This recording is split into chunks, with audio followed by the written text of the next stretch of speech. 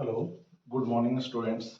Now आज हम लोग डिस्कस करेंगे Newton second laws of motion के बारे में। तो Newton second laws of motion बताने के पहले मैं बताने जा रहा हूँ है मोमेंटम किसको कहते हैं, क्योंकि मोमेंटम का ही यूज हम लोग करेंगे Newton second laws of motion में। ठीक है, तो लेट्स सी।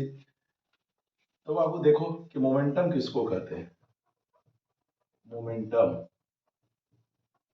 मोमेंटम क्या होता है?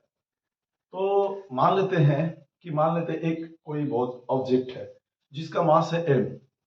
m मास का कोई ऑब्जेक्ट है, तो उसके पास कोई मोशन तो नहीं है अभी। लेकिन अगर मान लेते हैं उसके बाद अगर हम उस पर फोर्स लगाए तो उसके अपना कुछ वेलोसिटी आ गया। तो वेलोसिटी जब आ गया तो उसको अगर हम मास को वेलोसिटी से मल्टीप्लाई करेंगे, तो वेलोसिटी से मल्टीप्लाई करेंगे तो हमको क्या देगा? मोमेंटम देगा। ठीक है, तो अगर हम पहले डिस्कस करते हैं कि मोमेंटम का एक्चुअली डिफिनीशन होता क्या है। तो मोमेंटम वो लिखते हैं क्या है? It is the product of it is the product of product of product of mass and velocity velocity of velocity of that body. हमने क्या लिखा? It is the product of, किसका प्रोडक्ट? मास एंड वेलोसिटी, किसका velocity? तो जो body का हम मास ले रहे हैं उसका कुछ अपना वेलोसिटी होगा। ठीक है, तो उसका हम वेलोसिटी लेंगे, है ना। तो यहाँ it is the product of mass and velocity of that body, है ना। इसी को हम क्या बोलेंगे? मोमेंटम। तो यहाँ लिखते हैं मोमेंटम बराबर।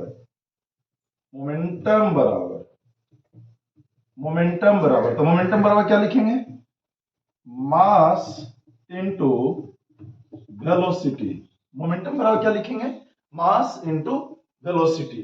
इसको अगर हम मैथमेटिकली एक्सप्रेस करना चाहेंगे तो मैथमेटिकली कैसे एक्सप्रेस करेंगे? तो मास को हम रिप्रेजेंट करते हैं m से, अब वेलोसिटी को रिप्रेजेंट करते हैं v से। तो यहाँ पे देखो, यहाँ पे हमने लिखा एरो दिया है। एरो का मतलब क्या है? इसके पास है ना मैग्नीट्यूड के साथ साथ डायरेक्शन भी है, तो ये एक वेक्टर क्वांटिटी है, इसलिए हमने एरो दिया। और मास क्या है? एक स्केलर क्वांटिटी है, इसने इस पे एरो नहीं दिया। और फिर यहाँ पे वेलोसिटी, तो वेलोसिटी भी एक वेक्टर क्वांटिटी है, इसलिए वो हमने p बराबर लिखा m इंटू v। अब यहाँ पे डिस्कस करेंगे कि मोमेंटम का, है ना, मोमेंटम का यूनिट क्या होगा।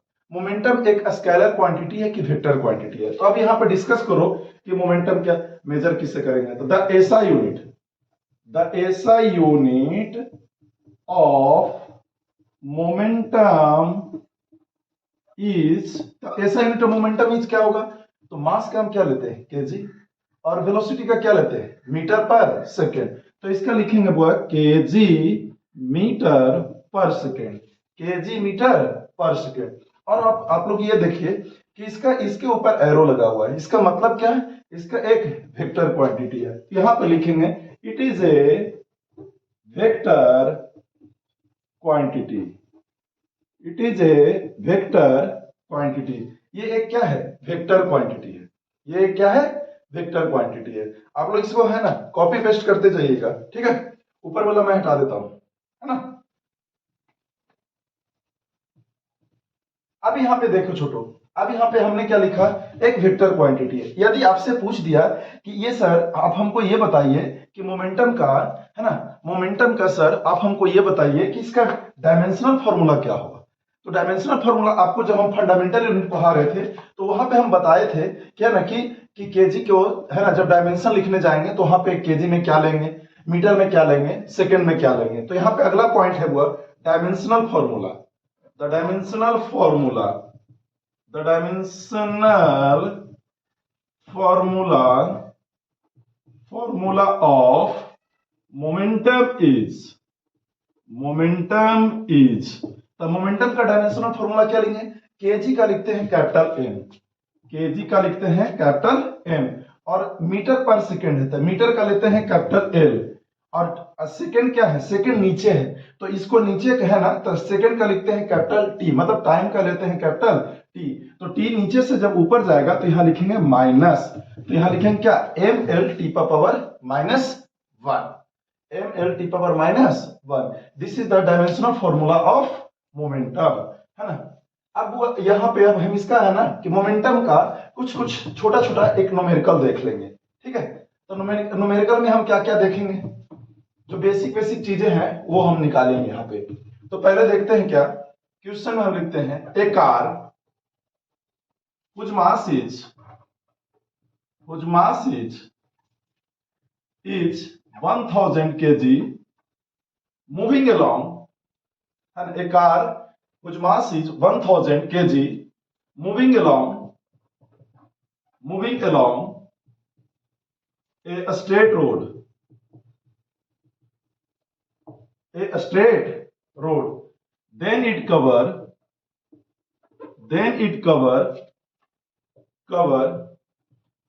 1000 meter in 10 seconds. Then find the momentum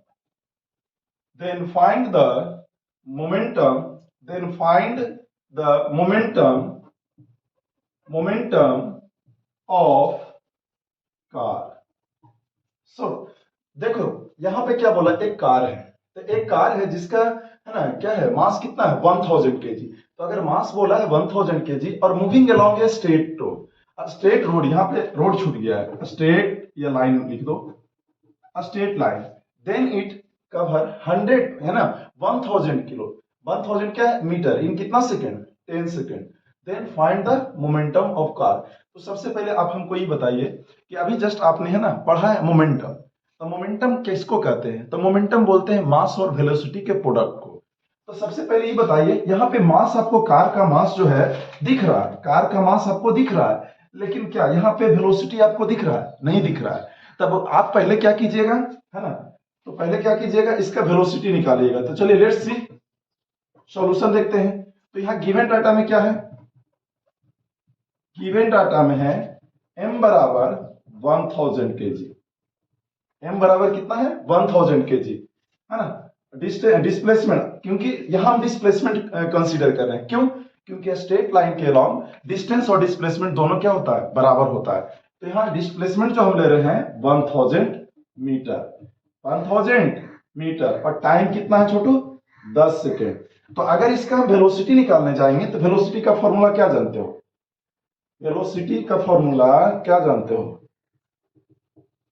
तो वेलोसिटी का फॉर्मूला हम लोग जानते हैं डिस्प्लेसमेंट पर यूनिट टाइम। तो डिस्प्लेसमेंट पर यूनिट टाइम जानते हैं, तो डिस्प्लेसमेंट यहां पे कितना होता है, डिस्प्लेसमेंट बटा टाइम, डिस्प्लेसमेंट बटा क्या जानते हैं टाइम। यहां डिस्प्लेसमेंट कितना है 1000 मीटर, टाइम कितना है 10 सेकेंड। तो यहां पे हम कैलकुलेशन कर लेते हैं है ना, v बराबर 1000 बटा कितना 10, तो ऊपर में है मीटर नीचे में है सेकेंड। तो अगर 10 से 10 काटे 1 शून्य से 1 शून्य काटेंगे तो कितना आएगा 100 मीटर पर सेकेंड स्क्वायर, 100 मीटर पर सेकेंड। अब हमको निकालना है मोमेंटम, तो मोमेंटम का फॉर्मूला जानते हैं, इसलिए P बराबर m इंटू वी, P बराबर m इंटू वी। तो यहां लिखेंगे P बराबर मास कितना है 1000, वेलोसिटी कितना है, वेलोसिटी कितना है ना 100 मीटर पर सेकेंड। तो यहां पर लिख देंगे कितना बाबू 10 पे पावर 5 केजी मीटर पर second. This is the momentum of car. ठीक है, ये समझ में आया, थैंक यू। इसके बाद हम अगला जो हम टॉपिक स्टार्ट करेंगे Newton second laws of motion, जो अगले क्लास में डिस्कस करेंगे। Thank you.